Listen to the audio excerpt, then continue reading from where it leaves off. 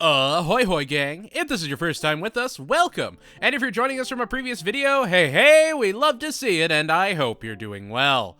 It's Season 9, and Season 9 is just kinda fine. Like I said in the last part, if Season 8 was the full-on descent, Season 9 is the bottoming out. This is what King of the Hill was going to be going forward.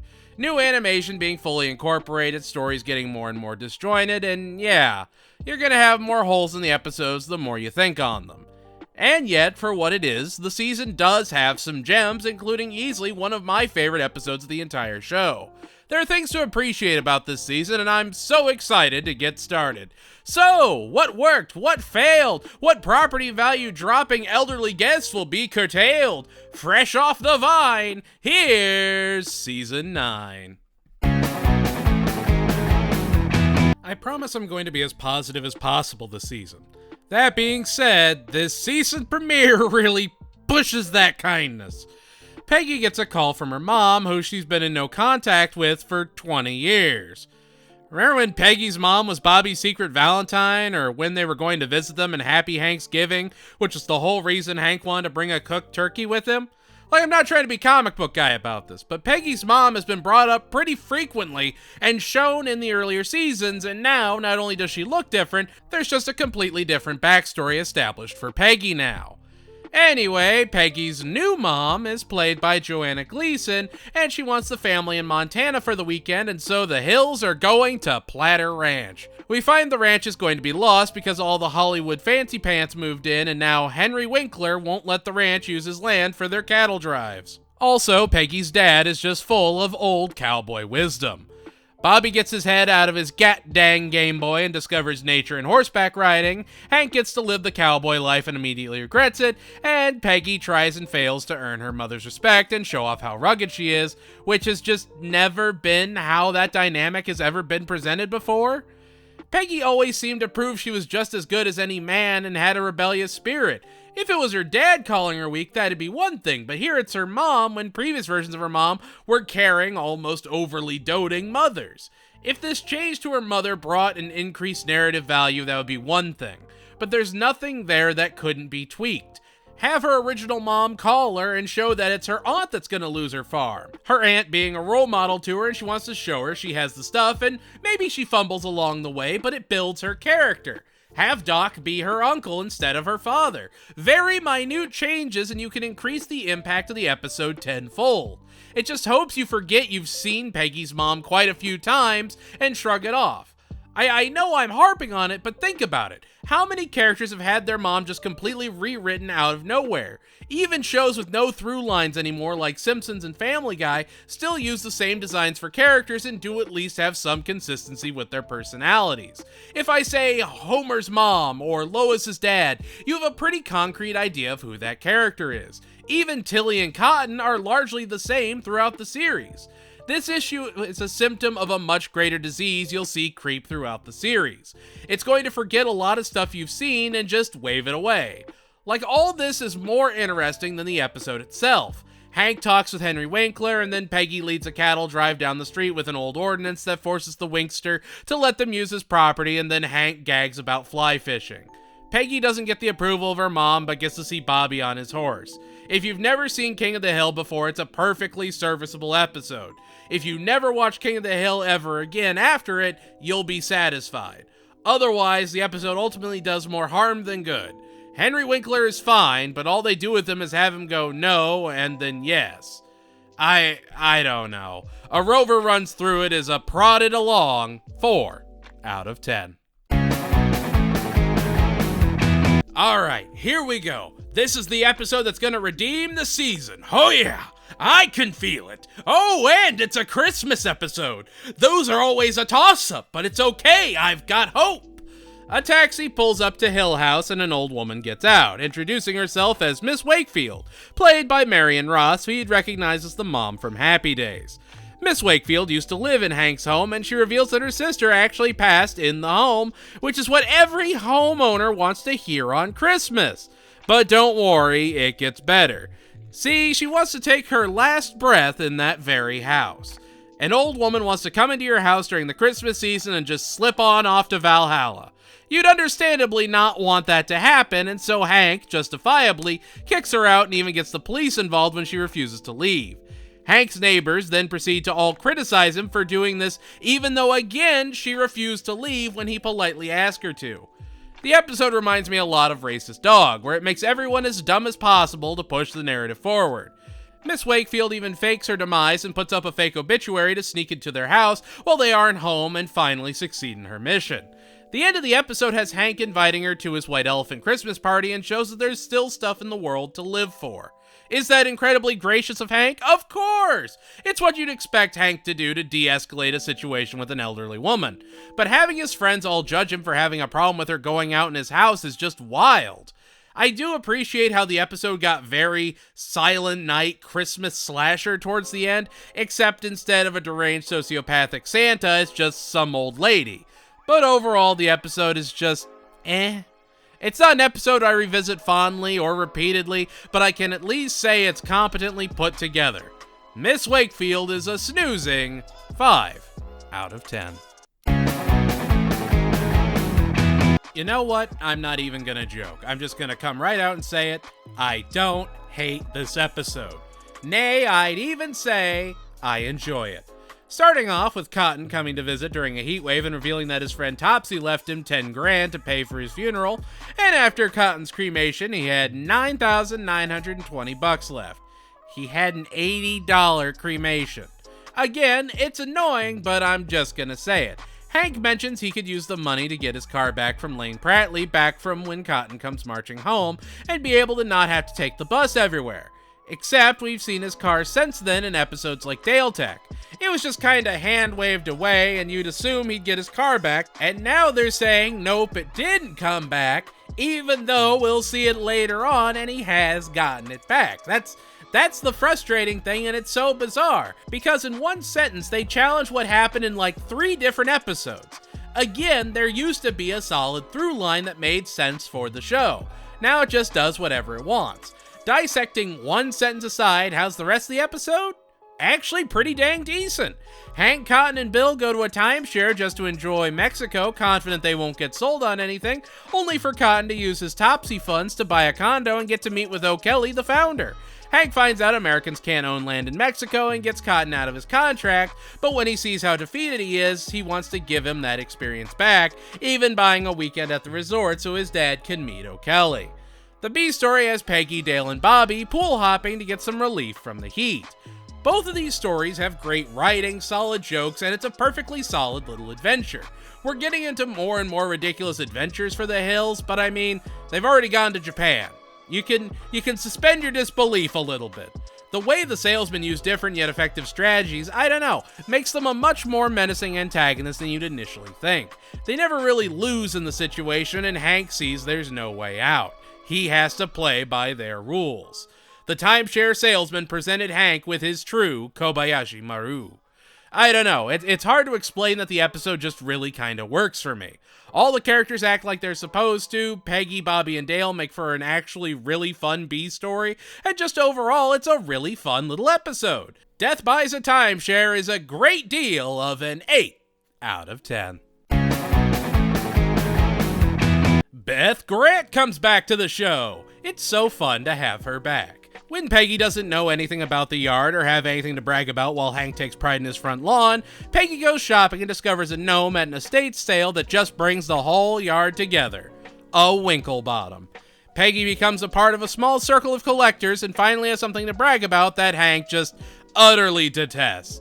There is no B story to take away from the episode, and honestly, I gotta say, I'm fine with it. Yard She Blows feels like an old episode of King of the Hill, and I'm honestly kind of about it. It's an episode that could come out in 2004 or 1997 and still make sense. Bobby, while protecting the gnome like it was the president, fails in his duty and his sworn protectee falls and loses an ear. When Hank decides he can't fix it so it doesn't get left out anymore, he decides to take it out and bury it and blame it on some kid so he can get rid of it once and for all. He and Bobby have to deal with the telltale gnome heart after driving over the gnome hole, and I just kinda love it. Again, this is just a really solid episode. It's an episode that feels like old, genuine King of the Hill. It's such a refreshing, horrific, gnomicide adventure. Bobby gets thrown under the bus, Hank tries to fix it, and then eventually replaces Winklebottom with a Figgleforth to placate Peggy and give her the talking point she so desperately wanted. Does Peggy getting attached to a gnome make sense? Absolutely. Does it make sense she'd feel out of place without it? Of course. Hank and Bobby deal with it masterfully, and ultimately there's nothing in the episode I'd change. It hits all the notes it needs to hit to just be good, smooth, King of the Hill viewing. I think it's because of the lack of stakes. There's no big, wacky, wild adventure this week. It's literally just Peggy gets a lawn gnome that Hank can't stand, so he does a hit on it. That's great! It's such a surface-level conflict presented perfectly. Yard She Blows is a well-sculpted 9 out of 10. 10 out of 10. Easily one of my favorite episodes of the entire series. The Hank story? Oh, he gets his new license and it says he's a female instead of male, and he tries to correct it, right? All kinds of red tape as the doctors talk about how loose the terms of female and male are nowadays. All of that? It's whatever. But the main focus? That sweet, sweet, beautiful A story? Ooh, and I cannot emphasize enough, Dale is reading Joseph a bedtime story about a famous grassy knoll and a little-known felon by the name of Lee Harvey Oswald. However, when Joseph asks him a question, he has to bust out the dining room table supporting addendums. He starts to question everything that happened on that November day. He starts going through the report more and more until he even goes to Dallas himself and tries to listen to anyone that could give him a conspiracy theory to latch onto, but there's nothing. He realizes there is no greater conspiracy. He has hit his lowest point. And when he's at this lowest point, he's rescued by a cop and goes into full freedom mode. American flag dripped out and being the best gat-dang patriot he can be. I love this for Dale. I love everything about it. He is perfect. When he paints an American flag on Hank's roof and then reports him to the feds for trying to wash it off, terrific. Absolutely terrific. No notes. It's not because Dale is a good person or anything, it's because he's so unhinged. Ernie Gunwald would guest star. It actually takes Nancy to convince Dale to fight for Hank, and before long, he's threatening a bureaucratic red tape reckoning at the DMV to get Hank's ID changed, and realizes that if the government can make a mistake on an ID, what else could they have gotten wrong? You see Dale as a father, professional, and crazy man all in the same breath, and it just really, really works. I love that Bobby and Peggy poke fun at Hank and seemingly have each other's back, especially with what happened in the last episode. It's a nice addition to it. I don't know, the compact adventure of it all just works. Much like the last episode, it's a very contained little story that still gives you a solid Hank and Dale story. The writing is some of the sharpest the show has had in some time, and I think Dale to the Chief is a must-watch episode and a solid 10 out of 10. Bill agrees to look after a soldier's dog through a program and starts looking after a loyal golden lab that helps him be his best self. Hank, while planning for the family vacation, decides to adopt as well and try and get an active service pet. However, instead of a dog, he gets a cat that terrorizes the family. Hank decides to take the cat to their preferred vet, Dr. Leslie, played by Jason Bateman, Arrested Development Sundays on Fox until they give up on it and wait for Netflix to pick it up almost a decade later. And that's the episode. Hank hates cats, the cat keeps terrorizing the family, and he blows through the vacation funds to cover the cat's vet bills. The thing I do like about this episode is that it's obvious that Dr. Leslie is the antagonist, not Bill. Hank may be jealous of Bill, but Bill isn't rubbing it in Hank's face or anything. He deserves all the great things that are happening to him, and I love that it's not played up as a joke for his expense. It's refreshing to see Bill get a win. Genuinely. But that's to the service of an episode you've seen before. Hank convinces the vet to sign off on his release papers by pressuring him. It's just after the mold rush with a new coat of paint, and honestly introduces this new shakedown Hank that will always go there to get things fixed. It's weird. It feels like a resolution to problems that you should not jump to. You've really just kinda seen it all before. Jason Bateman does a solid job as the vet, which is one step closer to his acting masterpiece of Zootopia. It's just the natural progression of things. Just look at Jerry Seinfeld. First he was in Seinfeld, then he was a bee. There was no in-between. Anyway, the Patriot Act is a hair-raising, perfectly mediocre 5 out of 10. Enrique starts popping up at work and being super friendly with Hank, who thinks he just wants a promotion. However, Enrique has been having issues with his wife and turns to everyone's favorite family man for help. Meanwhile, Bobby and Joseph try and get past Hank's parental lock on Fox so they can watch the scandalous and suspenseful winter sensation, the Daytona 500. Blissfully unaware it's just a race. Interestingly, the episode aired the same day as the Daytona 500 on the same network, which I'm sure was not planned at all. What a coincidence!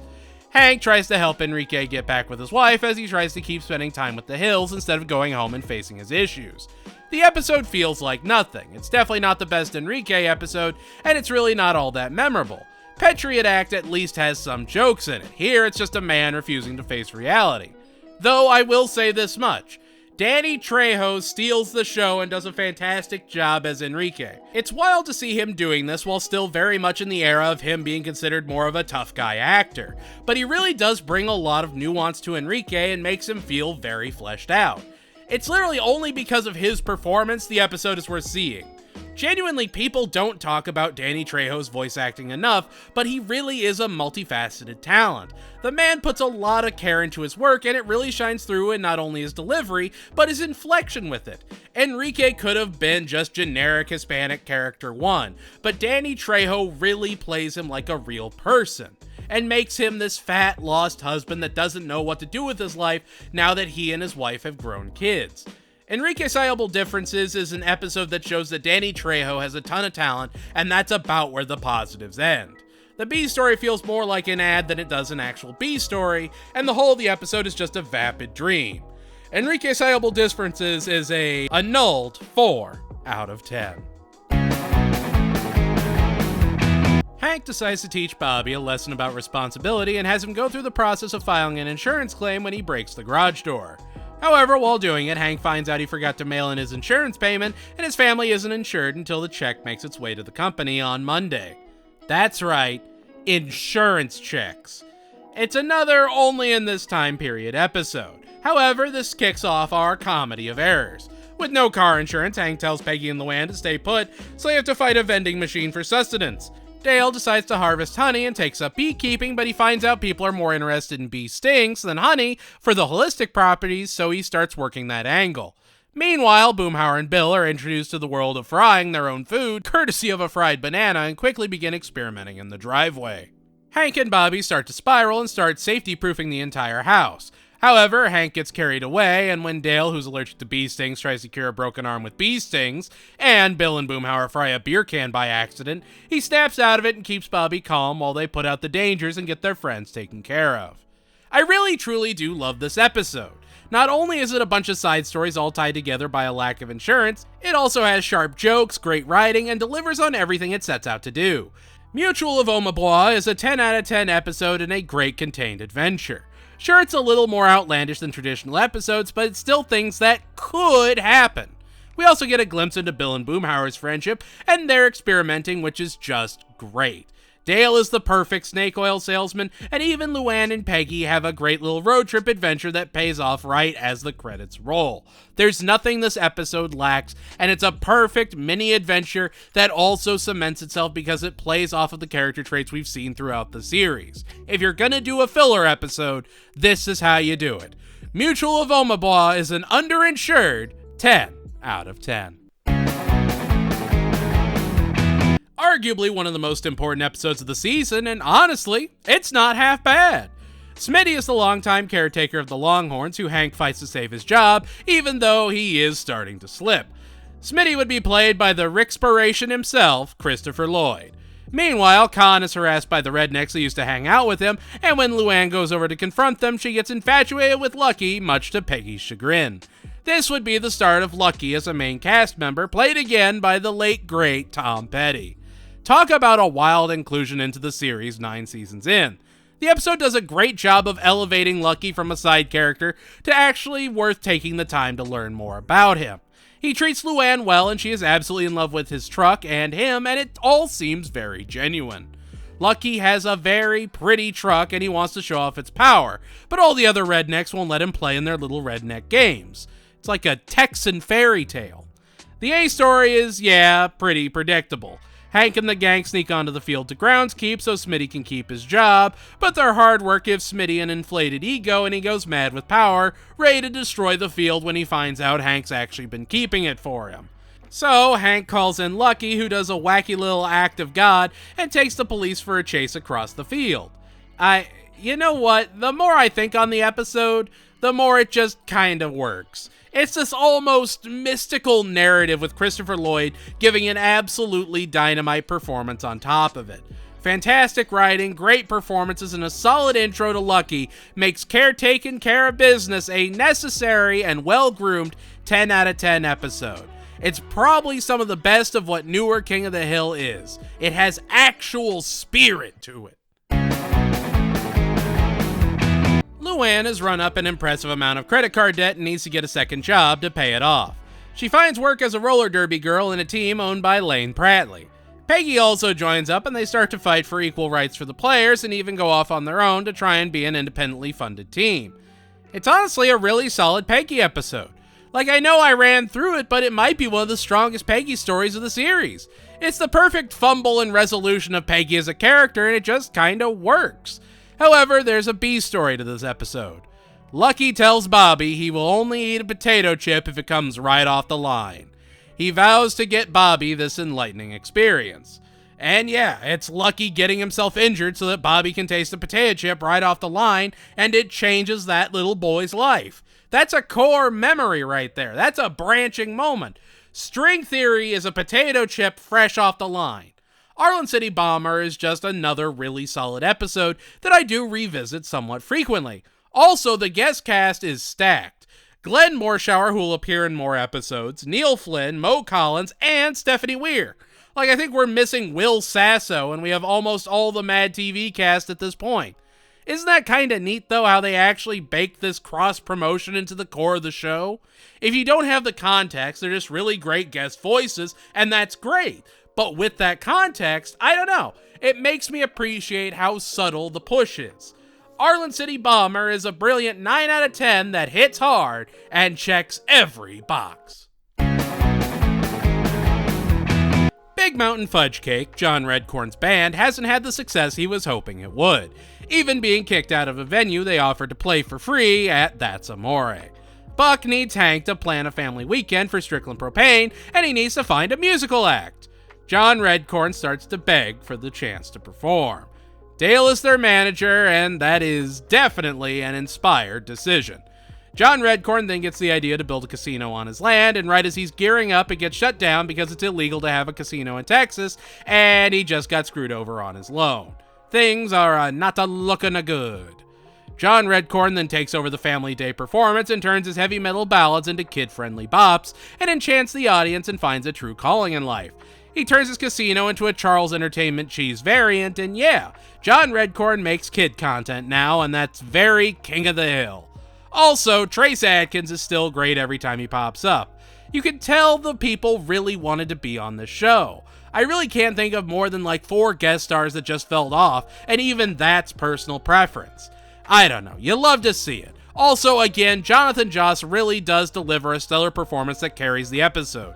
Redcorn gambles with his future, feels like it could stumble at any minute, but it clears every hurdle with absolute grace. It's an episode about understanding it's okay to pivot. I don't know, there's a charm to the episode and it feels like you could look back and say, hey, that's a pretty solid conclusion for John Redcorn if we never see him again. It is a full character arc for someone that was basically just Joseph's dad at one point. Redcorn gambles with his future is a hard-rocking 8 out of 10. Hey, I'm gonna be real weird about this. So remember when Peggy was a journalist at the Arlen Bystander? No? Well, this episode expects that you know all these characters already.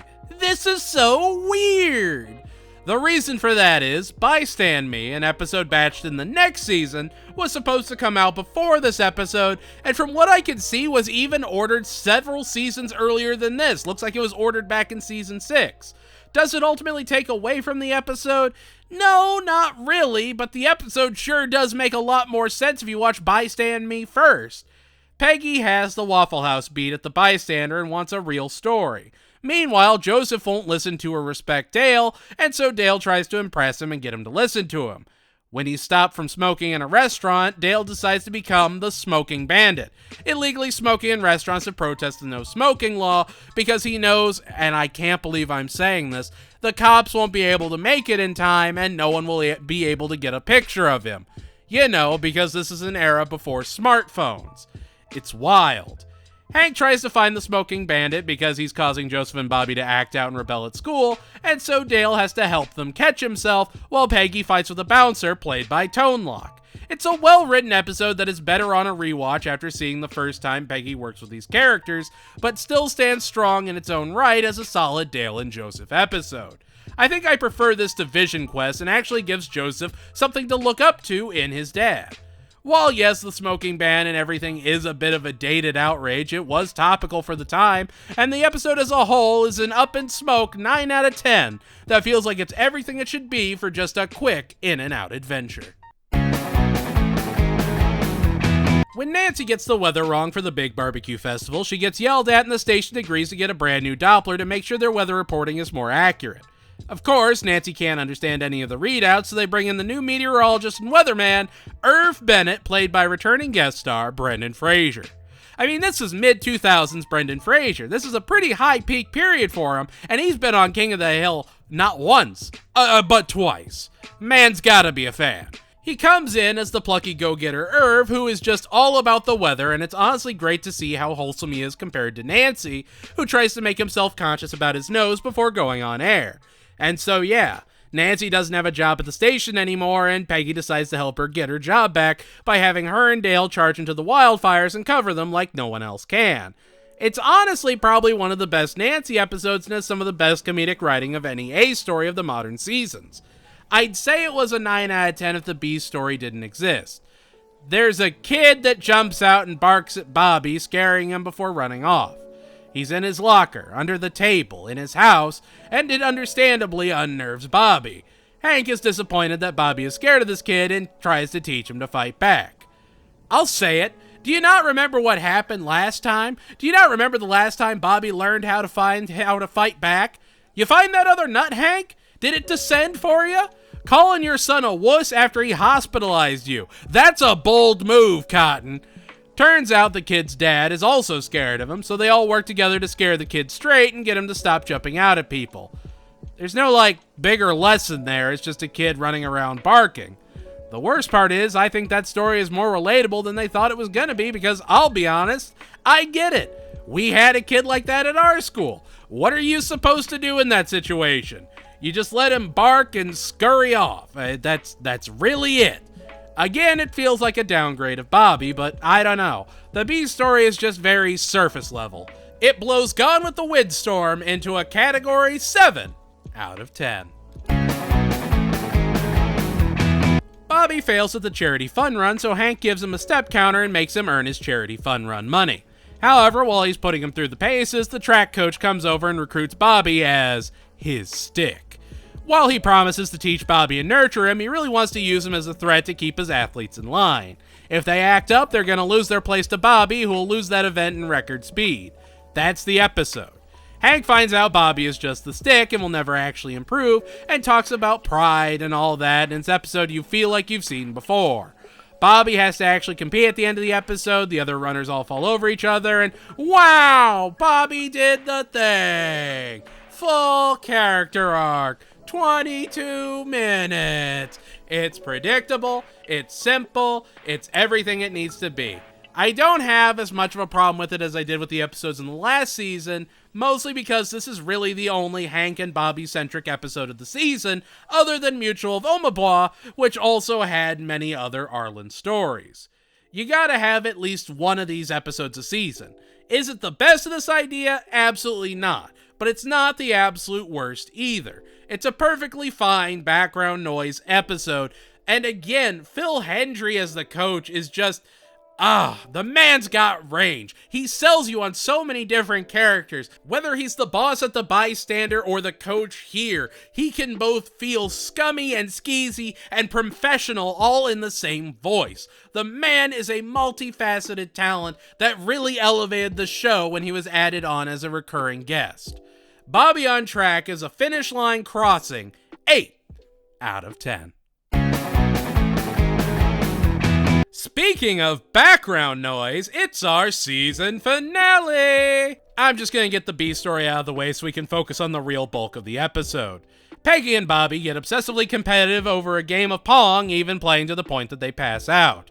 The A story has Bill depressed because he feels like he's just a cog in the machine in the army. An idea that's never been visited before, and it's great to see such creative ideas over at our friends at King of the Hill. With him in despair, Hank decides to take him to the one place he can get help: church. Much like Bobby on Track, I don't mind Hank doing the whole church thing in this episode because it's really the only time it happens in the entire season. They held back, and I think it works for the betterment of the episode. Bill starts to feel better about himself after helping Reverend Stroop, who is laying it on thick that she is into Bill and available. However, Bill is enchanted by the siren song of men's show choir. Bill gets lost in a group that accepts him and makes him feel unique. He ostracizes his friends, abandons his job, and gets swept up in the flare of men's choir. Sure enough, he uses all his sick and vacation days for the good of the choir, and is at risk of being considered AWOL if he doesn't come back to work at, the army. So Hank and the gang have to get him back, even having Hank unleash Dale in a last-ditch effort to snap Bill out of it in glorious, insulting fashion. I mean, it is the best Dale monologue you have heard in a minute. It's an odd season finale, but I gotta say I like it a whole lot more than Talking Shop. It goes out on a high note that has all the guys coming together for Bill and gives us a low-consequence B story of Bobby and Peggy bonding over an old arcade game. It doesn't try to be more than what it is and shines as just a high note to walk out on. It Ain't Over Till the Fat Neighbor Sings is an on-tempo 9 out of 10.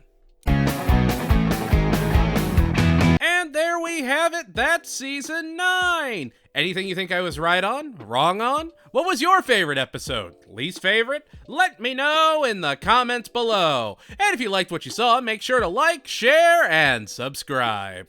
Season 9 was honestly short and sweet. It had some less than stellar episodes, but overall the season never outstayed its welcome, and actually did a great job of adding Lucky in as a new main character. Season 10 is going to be interesting. We're going to get some very intriguing episodes, including one of the worst Peggy episodes of the entire series. We'll get Lumber guest starring, the proper introduction of the Arlen Bystander crew, the worst episode of the series, and even a jackass with a heart of gold.